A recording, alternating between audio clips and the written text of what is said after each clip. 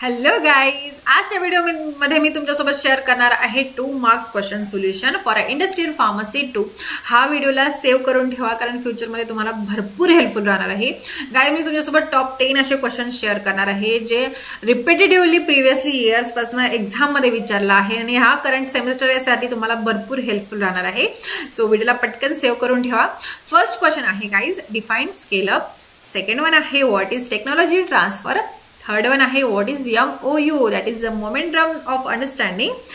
Fourth one आहे expand DIFAC and NRDC, that is technology transfer.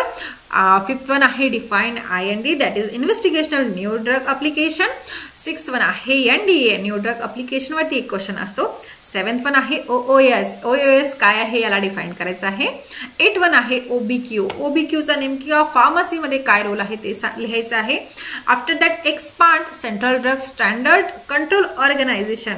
And guys, last and 10th most important question आहे, that is the what is the COPP. हे questioning most important आहे, most repetitively आहे आणि previously काही इयर्सपासून आपण सेमिस्टरमध्ये हे क्वेश्चन बघत आलो आहोत. सो व्हिडिओला सेव्ह करून ठेवा, फ्युचरमध्ये तुम्हाला भरपूर हेल्पफुल राहणार आहे.